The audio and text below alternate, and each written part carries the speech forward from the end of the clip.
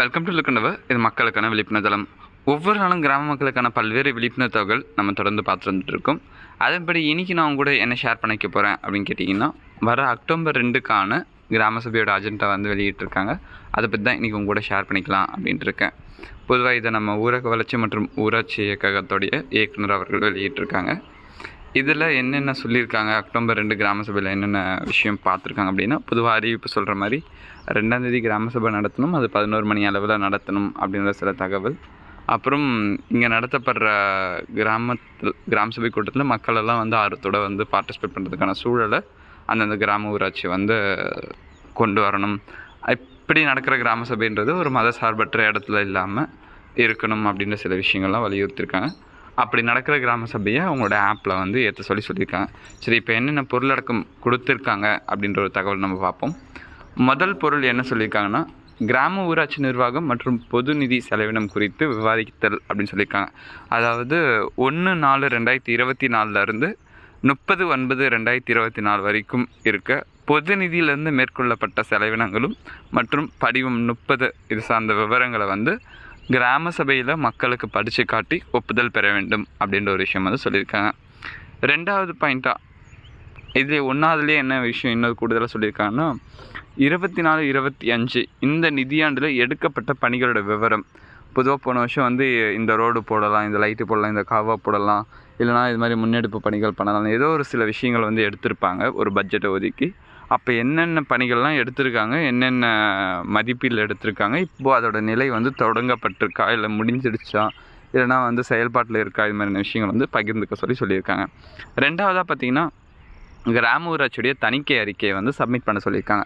அதாவது 23-24 இந்த நிதியாண்டில் ஒட்டுமொத்தமாக அந்த கிராம ஊராட்சியில் என்ன மாதிரியான எக்ஸ்பெண்டிச்சர்லாம் நடந்திருக்குன்ற டீட்டெயில்ஸ், அது ஓன் சோர்ஸ் ரெவன்யூலேருந்து மத்திய அரசாங்கத்துறை மானிய நிதி, மாநில அரசாங்கத்துறை மானிய நிதி, இது மாதிரியான விஷயங்கள்லாம் வந்து என்னென்ன பணிகள் நடந்திருக்கு, அதோடைய ஆடிட்டிங்கோடைய நிலவரம் என்னன்றதை கிராம சபையில் கிராம மக்களுக்கு முன்னாடி வச்சு ஒப்புதல் பெறணும் அப்படின்னு சொல்லியிருக்காங்க. பொருள் 3 பொறுத்த வரைக்கும் தூய்மையான குடிநீர் விநியோகத்தினை உறுதி செய்தல் அப்படின்னு சொல்லியிருக்காங்க. அதாவது தூய்மையான குடிநீர் விநியோகத்தை உறுதி செய்தல், மேல்நிலை நீர்த்தேக்க தொட்டி, தரைமட்ட நீர்த்தேக்க தொட்டி மாதம் 2 முறை, அதாவது 5ஆம் தேதியும் 20ஆம் தேதியும் சுத்தம் செய்யணும் அப்படின்ற ஒரு விஷயத்த வலியுறுத்தியிருக்காங்க. அதே நேரத்தில் தகுந்த அளவு குளோரின் கலந்து குடிநீர் விநியோகம் வந்து உறுதி பண்ணணும் அப்படின்ற ஒரு விஷயத்த சொல்லியிருக்காங்க. ஏன்னா இப்போ வரப்போகிற மழைக்காலம்ன்றதுனால முறையான குடிநீர் வந்து கொடுக்கணும் அப்படின்ற ஒரு பர்ஸ்பெக்டிவில். பொருள் 4 பொறுத்த வரைக்கும் என்ன சொல்லியிருக்காங்கன்னா, மக்கள் திட்டமிடல் இயக்கம் அப்படின்றத சொல்லியிருக்காங்க. பொதுவாக இன்றைக்கி நம்ம வந்து 3வது அரசாங்கம் அப்படின்னு நம்ம சொல்கிறோம். ஆனால் நமக்கு ஊருக்கு என்ன தேவை, ஏது தேவைன்ற ஒரு விஷயம் ஏதோ டெல்லியில் உட்காந்து ஒரு 4 செவரில் உட்காந்து போடுற மாதிரியோ, அல்லது சென்னையில் உட்காந்து 4 செவரில் போடுற மாதிரியே தான் மாநில அரசாங்கத்தது மத்திய அரசாங்கத்தது விஷயங்கள் இருக்குது. அது அப்படி இல்லாமல் உங்கள் ஊருக்கு தேவை என்னன்றதை உங்கள் ஊர் மக்கள், உங்கள் ஊர் மக்கள் பிரதிநிதிகள், உங்கள் ஊர் அலுவலர்கள் இப்படி திட்டமிட்டு அதை வந்து நீங்கள் கொண்டு வரணுன்ற முறையில் இது வந்து கொண்டு வந்திருக்காங்க. அதை வந்து 15th ஃபினான்ஸ் கமிஷன் பேசிஸில் வந்து கொண்டு வர சொல்லியிருக்காங்க. இதை வந்து கிராம ஊராட்சியில் ஏற்கனவே உள்ள கட்டுமான வசதிகள் மற்றும் இதர வசதிகள் இது போன்ற விஷயங்களையும் கருத்தில் கொண்டு 25-26ஆம் ஆண்டு நிதியாண்டுக்கான தேவையான பணிகள், என்னென்ன வசதிகள், இது மாதிரியான விஷயங்களை தொகுத்து நம்ம வந்து கிராம ஊராட்சி வளர்ச்சி திட்டம், கிராம பஞ்சாயத்து டெவலப்மெண்ட் பிளான் வந்து ப்ரிப்பேர் பண்ணணும் அப்படின்னு சொல்லியிருக்காங்க. சப்போஸ் ஏற்கனவே கிராம ஊராட்சி வளர்ச்சி திட்டம் வந்து நம்ம ஒவ்வொரு வருஷமும் நம்ம பஞ்சாயத்து கரெக்டாக ப்ரிப்பேர் பண்ணிகிட்டு இருக்காங்க மக்களுடைய பங்கேற்போட அப்படின்னா, அதை வந்து வலுப்படுத்தும் வகைகளில் இந்த மக்கள் பங்களிப்புடன் மக்கள் இயக்கமாக வந்து செயல்படணும் அப்படின்ற ஒரு விஷயத்த சொல்லியிருக்காங்க. அதாவது மத்திய மாநில அரசுகள் பொதுமக்களுக்கான திட்டமிடல் இயக்கத்தினை வந்து அறிவிச்சிருக்காங்க அப்படின்ற ஒரு விஷயம். இவ்வாறு தயாரிக்கப்படும் இந்த ஜிபிடிபின்றது பல்வேறு கூறுகளை ஒருங்கிணைத்து முழுமையான செயல் திட்டமாக இருக்கணும், தயாரிக்கப்படணும் அப்படின்னு சொல்கிறாங்க.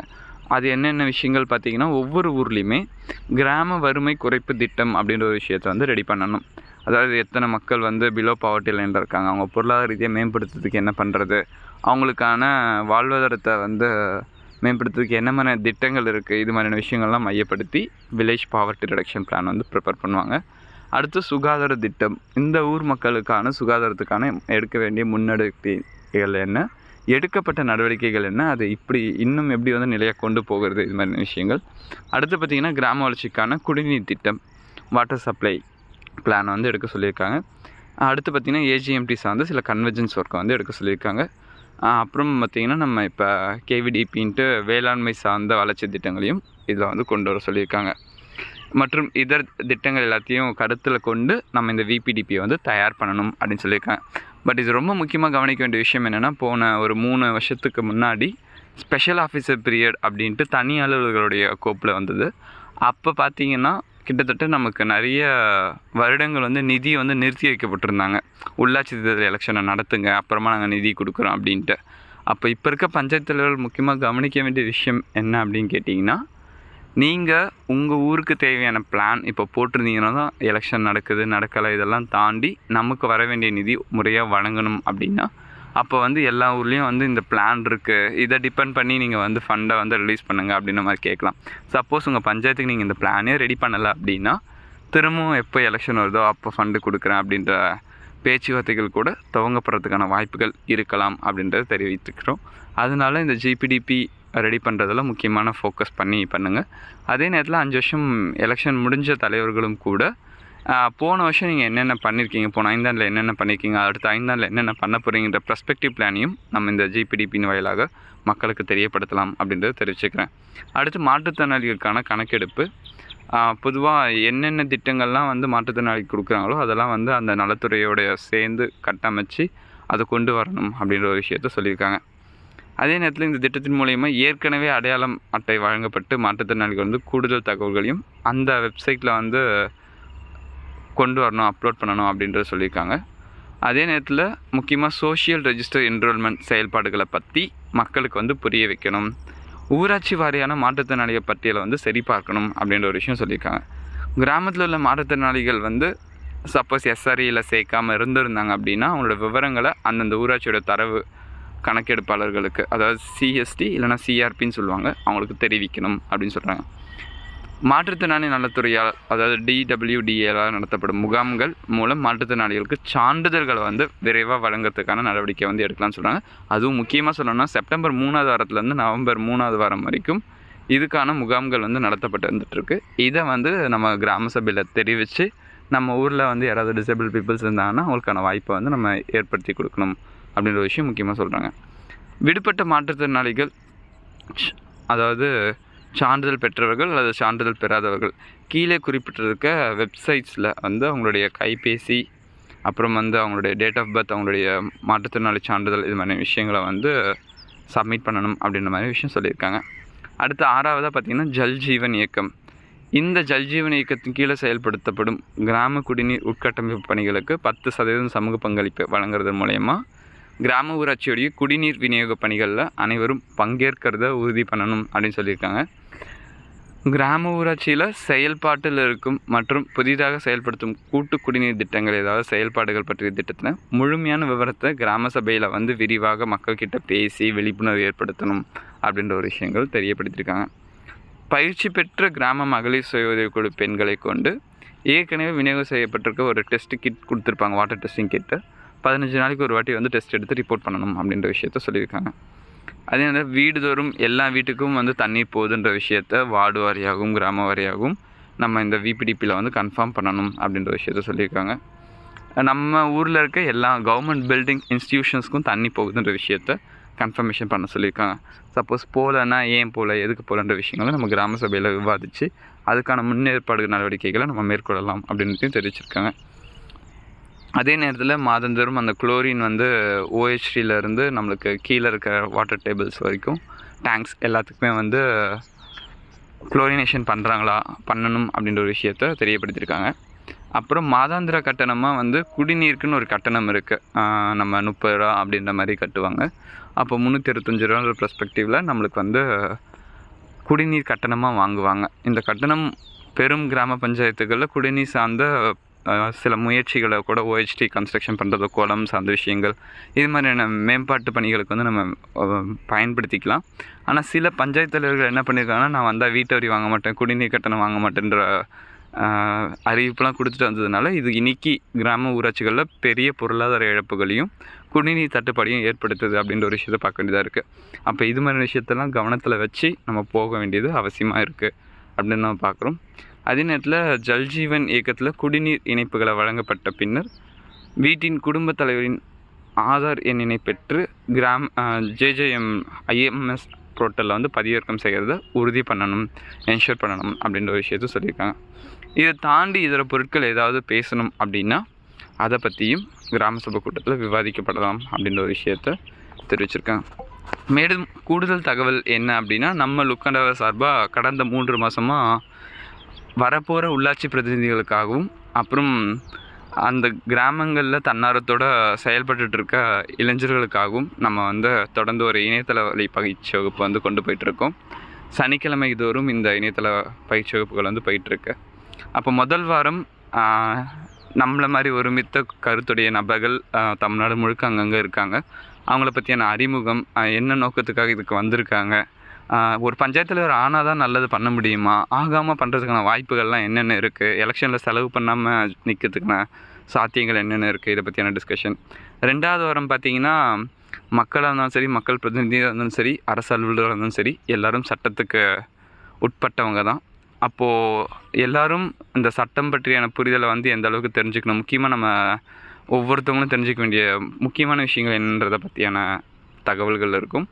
3வது வாரம் பொறுத்த வரைக்கும் மக்களை அதிகாரப்படுத்த கிராம ஊராட்சியில் உள்ள குழுக்கள், இப்போ நம்ம ஸ்டேட் கவர்மெண்ட்டோ இல்லை சென்ட்ரல் கவர்மெண்ட்டோ நம்ம எடுத்துக்கிட்டால் கூட அங்கே எப்படியான ஸ்ட்ரக்சர் இருக்குன்னா, ஒரு முதல்வர் இருக்கார், இல்லை ஒரு பிரதமர் இருக்கார், அவர் கீழே அமைச்சர்கள் இருக்காங்க. இப்படி தான் அந்த பணிகள் வந்து நடந்துகிட்ருக்கும்.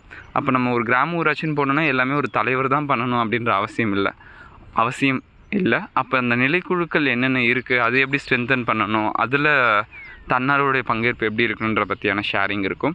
அடுத்து பார்த்திங்கன்னா இன்றைக்கி எல்லாமே வந்து பிடி ஆஃபீஸில் போய்ட்டு சிஎஃப்சி எஸ்எஃப்சி மட்டும்தான் பெரிய பொருட்டாக வந்து நினச்சிட்ருக்காங்க. பட் இதையும் தாண்டி பல்வேறு திட்டங்கள் 350க்கும் மேற்பட்ட அரசாங்க திட்டங்கள் இருக்குது. ஒரு பஞ்சாயத்து தலைவர்ன்றதுக்கு வெறும் பிடிஓ ஆஃபீஸ் மட்டும் ஆஃபீஸ் இல்லை, அதை தாண்டி வேளாண்மை துறை இருக்குது, அங்கே போய் நிறைய திட்டங்களை வந்து கொண்டு வரதுக்கான முயற்சி எடுக்கலாம். அதை தாண்டி நம்ம மகளிர் நலத்துறை இருக்குது, அதை தாண்டி நம்மளுக்கு வந்து வருவாய்த்துறை இருக்குது, அதையும் தாண்டி நம்மளுக்கு வந்து சிறு குறு தொழில் துறை இருக்குது. இது மாதிரியான பல்வேறு விஷயங்களை வந்து என்னென்ன எப்படி கன்வெர்ஜென்ஸ் பண்ண முடியும் அப்படின்றத பற்றி 4வது வாரமும். 5வது வாரம் பொதுவாக எல்லோரும் சிம்பிளாக சொல்கிற ஒரு விஷயம், எங்கே ஒரு முன்னெடுப்பு எடுத்தால் மக்கள் வந்து ஒத்துழைப்பு கொடுக்குறாங்க அப்படின்றது தான். அப்போ மக்கள் ஒத்துழைப்பு கொடுக்கணும்னா சும்மா மீட்டிங் கூப்பிட்டா வரமாட்டாங்க. நம்ம கூப்பிட்ற ஒவ்வொரு மீட்டிங்க்கு அப்புறமும் அவங்களுடைய பொருளாதாரமும் வாழ்வாதாரமும் மேம்பட்டுது அப்படின்னா அப்போ தான் அவங்க தொடர்ந்து பயணம் பண்ணுறதுக்கான ஒரு வாய்ப்பாக இருக்கும். அப்போ அதே நேரத்தில் அவங்கள சமூக பொறுப்போடவும் நம்ம கொண்டு போகணும் அப்படின்னா அதுக்கு என்ன மாதிரியான சாத்தியக்கூறுகள், இப்போ உழவர் உற்பத்தியாளர் குழுன்னு ஒன்று இருக்குது. அடுத்து பார்த்திங்கன்னா 100 நாள் வேலையிலேயே முறையான லேபர் பட்ஜெட் போட்டு பண்ணோன்னா சில விஷயங்கள் நம்ம பண்ண முடியும். அப்போ எந்தெந்த வழிவகையெல்லாம் நம்மளோட சொந்த பணத்தை போடாமல் இருக்கிற சிஸ்டமில் நம்ம எப்படி வந்து பீப்புளை வந்து கொண்டு வரதுன்ற மாதிரியான விஷயங்கள் நம்ம சொல்லிக் கொடுக்கறதுக்கான திட்டமிட்டிருக்கோம். இதுக்கான பயிற்சிக்கான நன்கொடையாக வந்து நம்ம 500 நம்ம ரிசீவ் பண்ணுறோம். சப்போஸ் யாருக்காவது சேரணும் இல்லை ஏதாவது சந்தேகம் இருக்குது இந்த பயிற்சி சார்ந்தனா இந்த நம்பருக்கு நீங்கள் கால் பண்ணி கேட்கலாம். பங்கு பெறவங்களுக்கு பயிற்சியின் முடிவில் நம்ம வந்து 4 புத்தகங்கள், கிராம சபை, ஊராட்சி நிர்வாகம், 100 நாள் வேலை சார்ந்த புத்தகம் மற்றும் மகளிர் குழு சார்ந்த புத்தகத்தை வந்து நம்ம கொடுக்குறோம். இந்த பயிற்சியோட முக்கியமான நோக்கம் என்ன அப்படின்னா, பொதுவாக கிராம ஊராட்சின்றது 3வது அரசாங்கம் அப்படின்னு சொல்லுவாங்க. அதாவது உள்ளூர் சுய அரசாங்கம் அப்படின்றது லோக்கல் செல்ஃப் கவர்மெண்ட். இப்படி முடிவெடுக்கக்கூடிய நிலையில் இருக்கக்கூடிய ஒரு விஷயத்தை இன்றைக்கி மாற்றி வெறும் மத்திய அரசாங்கமும் மாநில அரசாங்கமும் என்ன சொல்கிறாங்களோ அதை செயல்படுத்தக்கூடிய ஒரு அங்கமாக இன்றைக்கி மாற்றியிருக்கும். ஆகையால் இது மாதிரியான விஷயங்களெல்லாம் மீறி நம்ம இதை கொண்டு வரோம். இது தாண்டி இது மாதிரி தகவல்கள் நீங்கள் இலவசமாக தெரிஞ்சுக்கணும் அப்படின்னு விருப்பப்பட்டீங்கன்னா நம்ம கிராம ஊராட்சி நிர்வாகம் சார்ந்தும் உள்ளாட்சி தேர்தலில் போட்டியிடுவதற்கான சந்தேகம் சார்ந்தும் கிராம சபைகள் சார்ந்தும் அரசாங்க திட்டங்கள் சார்ந்தும் பல்வேறு தகவல்கள் நம்ம லுக்கண்டவ யூடியூப் சேனலில் போடப்பட்டிருக்கு. அதை நீங்கள் தாராளமாக பார்க்கலாம், தேவைப்படுறவங்களுக்கு பகிர்ந்துக்கலாம் அப்படின்ற விஷயத்தையும் தெரிவிச்சுக்கிறேன். மகிழ்ச்சி, நன்றி.